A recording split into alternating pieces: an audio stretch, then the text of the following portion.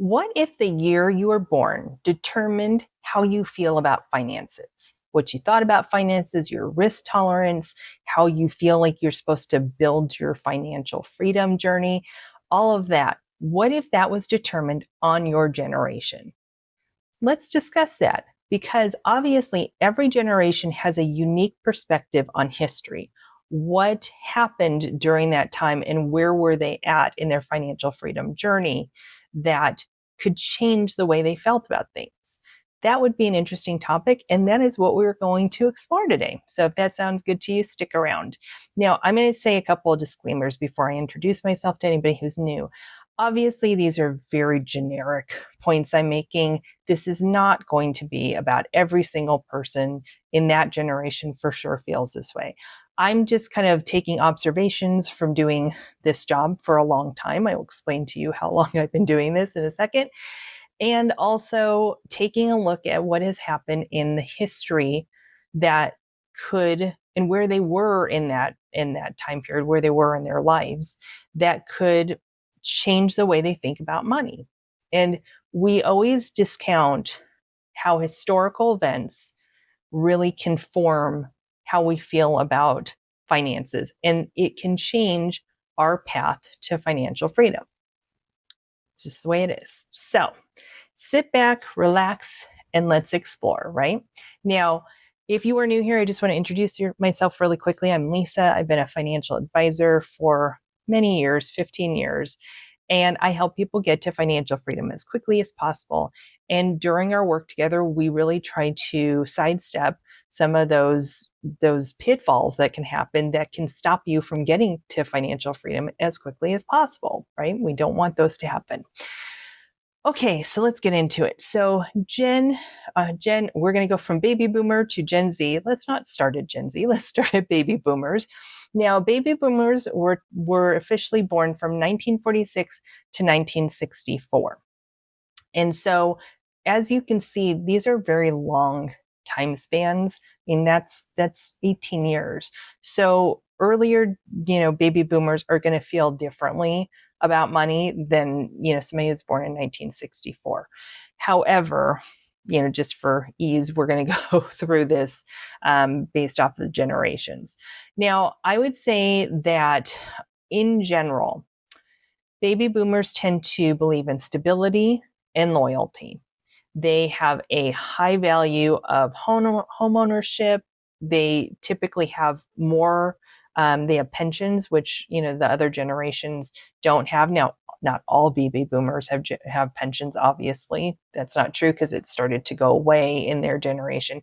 But a lot more of them have pensions than the following generations, and they did tend to work at their jobs longer periods of time than Gen X and the other generations. They're very loyal to their employers, many of them.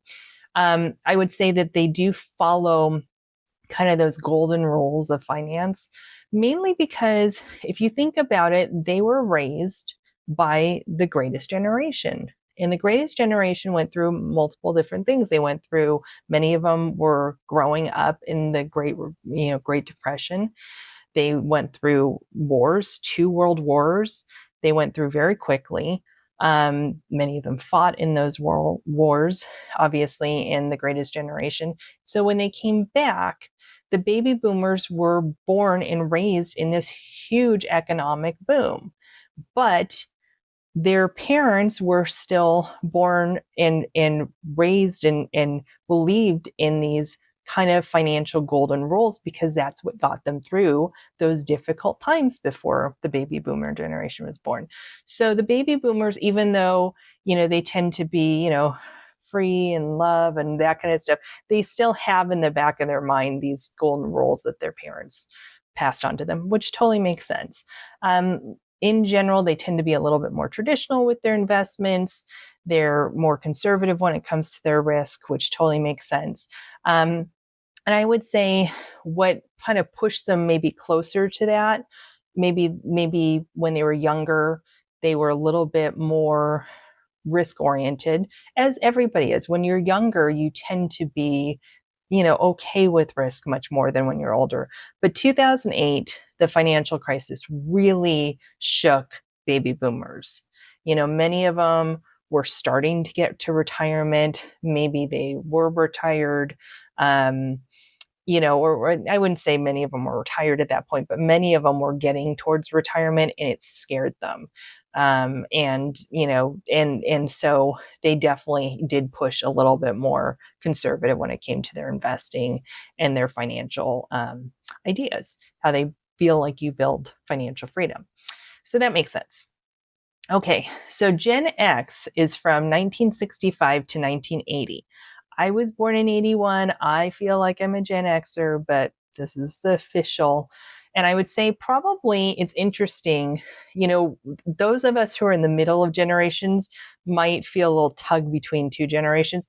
I don't feel a lot of alignment to millennials, but I could see some of the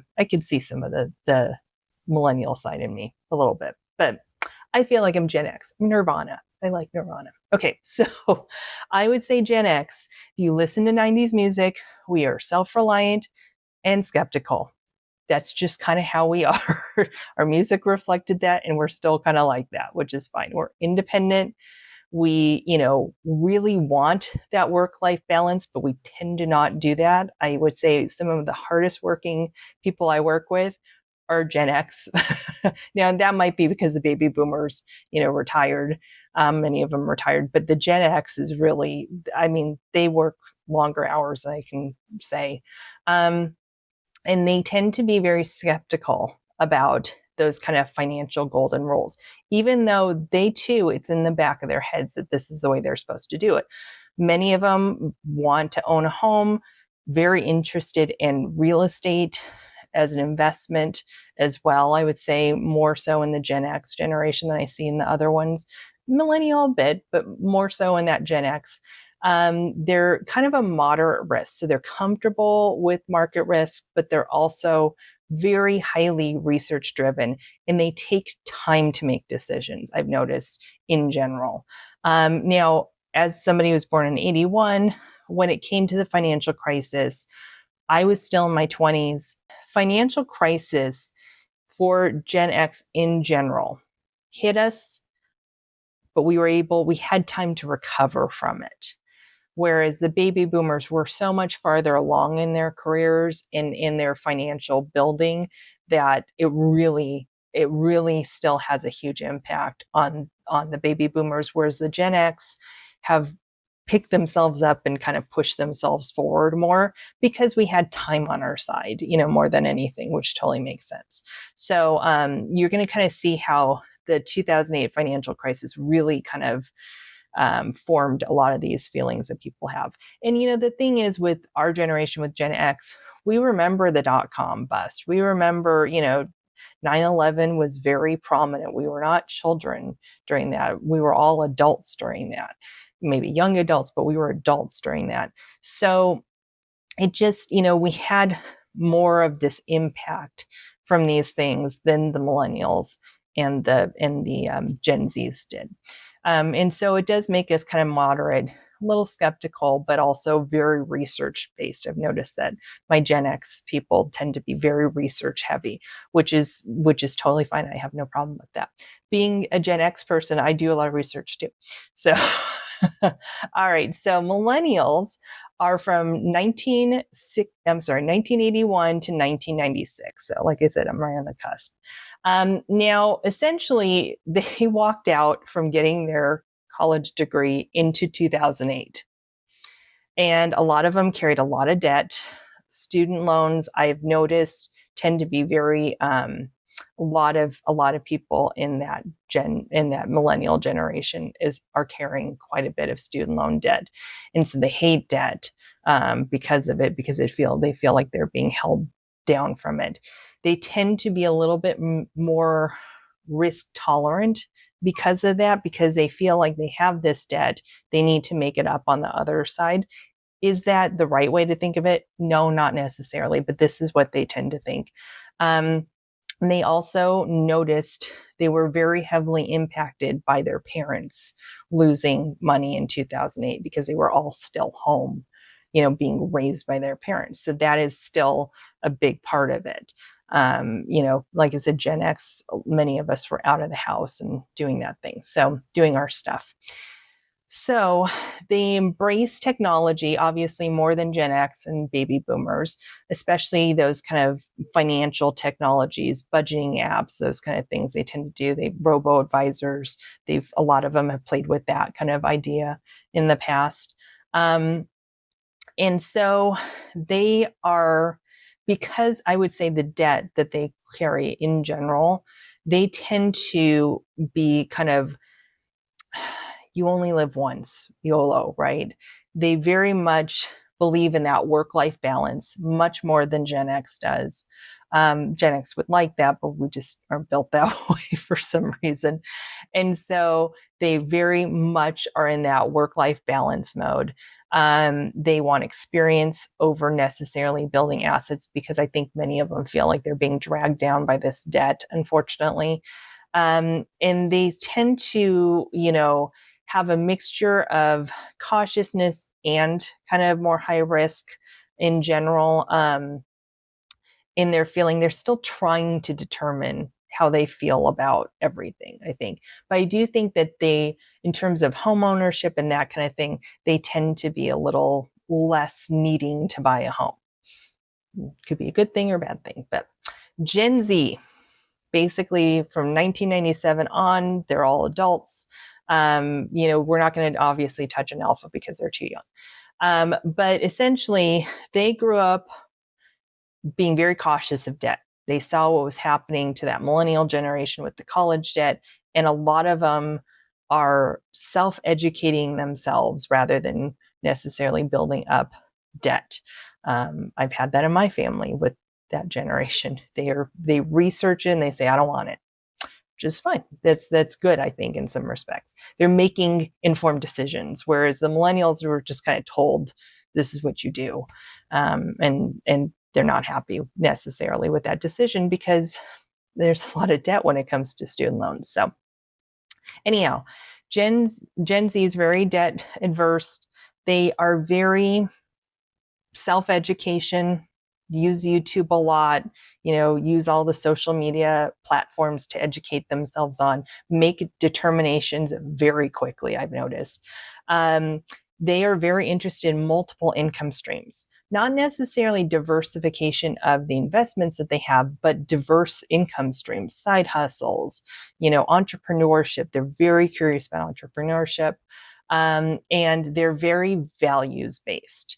So they believe in value-driven investing, ethical investing, and that doesn't have to mean one side or the other politically. It just means that they want things to align with their values. They're also, I would say, pretty skeptical when it comes to things, and they're cautious and curious.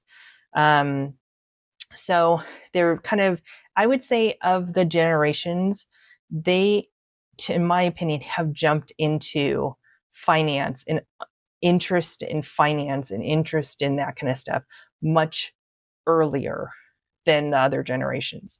I don't know if that's social media or what that is. So that is it. What did you think? Do you totally disagree with me? You might. It's okay. It's what we're all about. It's okay if you don't agree with me. And again, like I said, these are just a overarching thought, okay, on the generations. If you are in Gen X and you don't fit in that, or millennial or whatever, I apologize ahead of time. Okay.